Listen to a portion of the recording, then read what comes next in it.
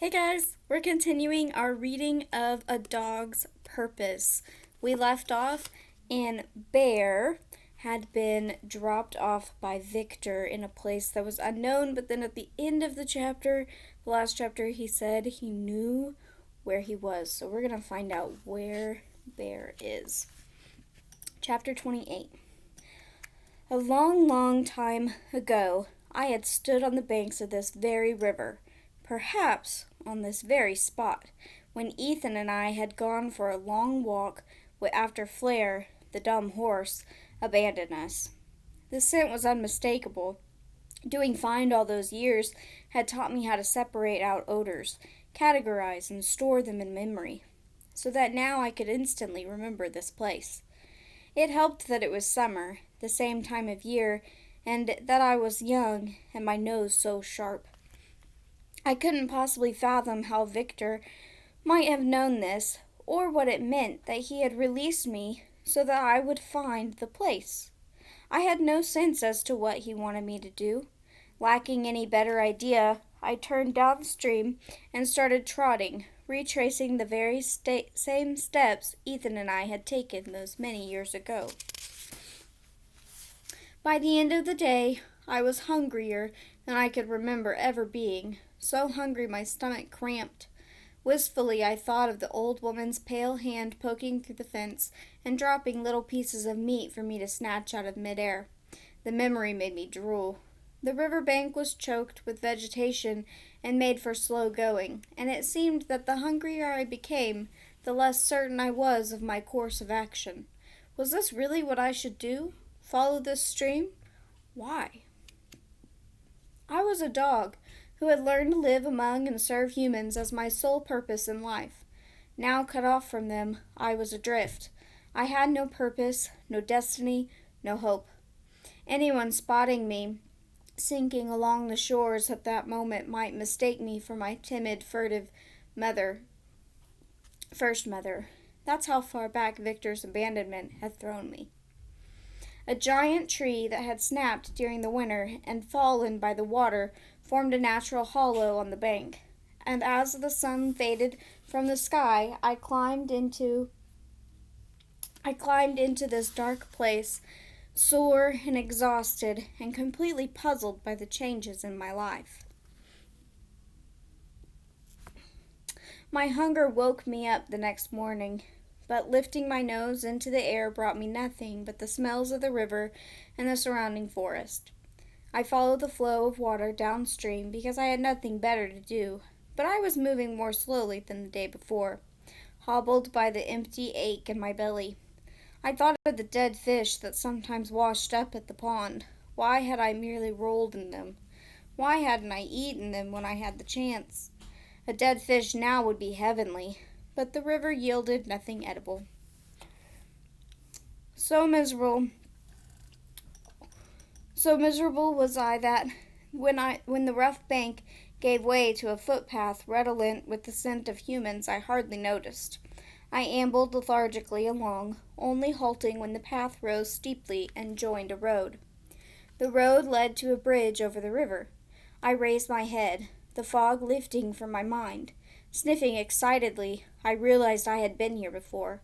Ethan and I had been picked up by a policeman on this very spot and taken for a car ride back to the farm. Many years had obviously passed. Some small trees I remembered marking at one end of the bridge had grown to be towering giants, so I marked them again. And the rotting planks on the bridge had been replaced, but otherwise the smells were exactly the same as I remembered. An automobile rattled by as I stood on the bridge. It honked at me and I flinched back from it. After a minute, though, I hesitantly followed it, abandoning the river for the road ahead. I had no idea where to go now, but something told me that if I went in this direction, I would eventually arrive in town. Where there was a town, there were people, and where there were people, there was food. When the road joined another, the same inner sense told me to turn right, and I did so, though I shrank guiltily away when I sensed a car coming, sliding into the high grasses. I felt like a bad dog, and my hunger only enforced this belief. I passed many houses, Most of them sat far back from the road, and often dogs would bark at me, upset by my trespass. Around nightfall, I was slinking past a place with a dog smell when the side door opened and a man stepped out. "Dinner, Leo? Want dinner?"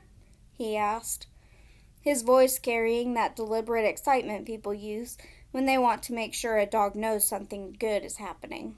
A metal bowl was dropped with a loud clang on the top step of a short set of stairs.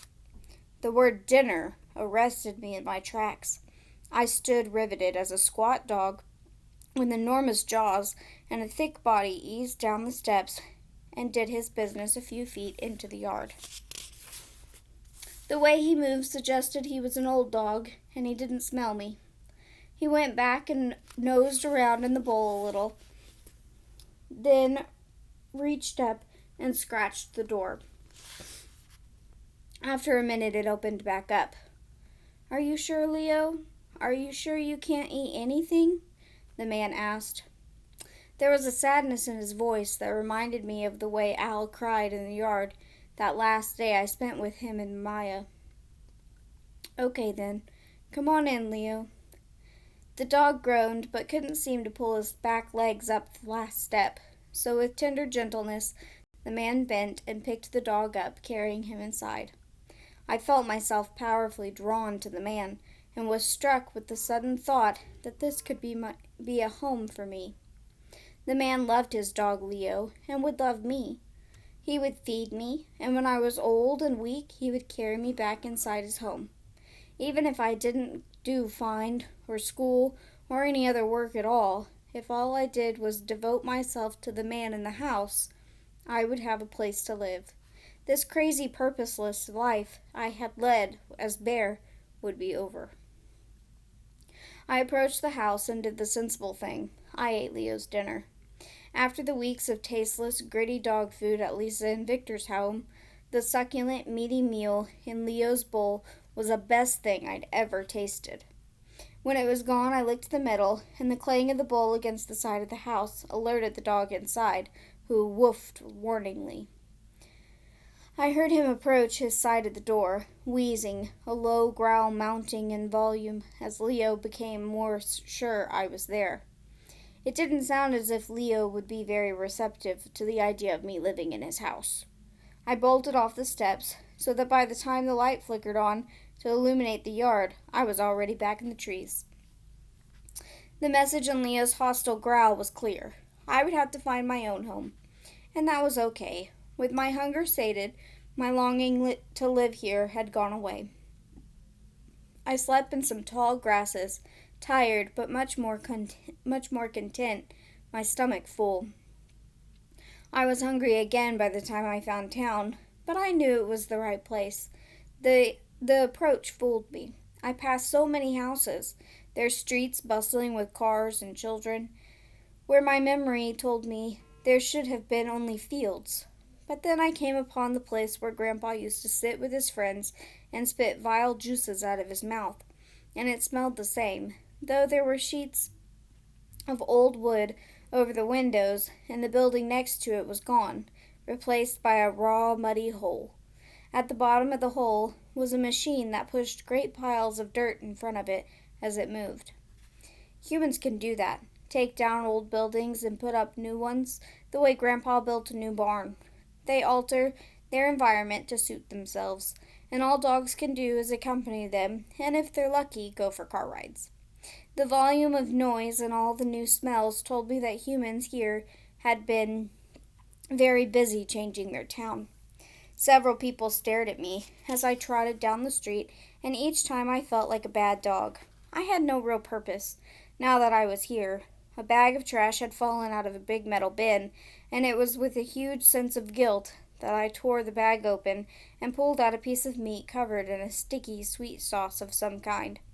Rather than eat the meat right there, I ran behind the metal bin, hiding from people just as my first mother had taught me. My wanderings eventually brought me to the dog park. I sat at the edge, under some trees, and watched enviously as people threw soaring discs for their dogs to catch in the air.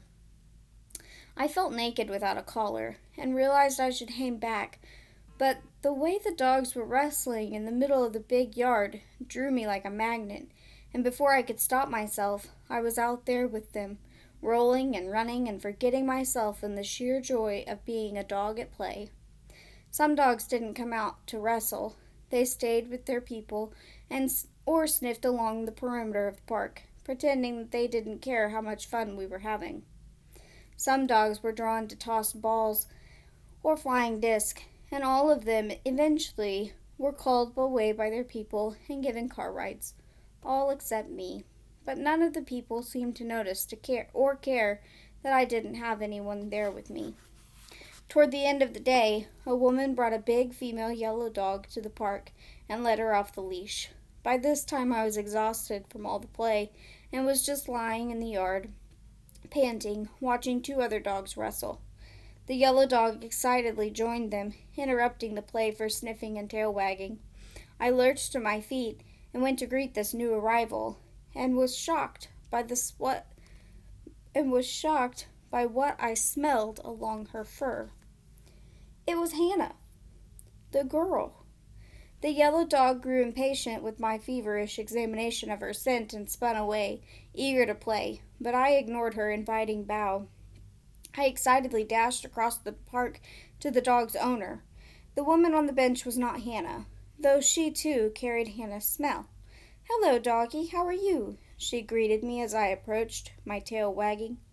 The way she sat reminded me of Maya, shortly before Gabriella the baby arrived. There was a sense of tiredness, excitement, impatience, and discomfort, all mixed together and focused on the belly just below her hands. I thrust my nose at her, drinking in Hannah's scent, separating it from the woman, from the happy yellow dog, from the dozens of odors that clung to a person and were a jumble to a dog not trained in find. This was a woman who had spent time with the girl very recently. I was sure of it. The yellow dog came over, friendly but a bit jealous, and I finally allowed myself to be drawn into a tussle. That night I folded my black body into the shadows, watching alertly as the last cars pulled out of the parking lot, leaving the dog park in silence.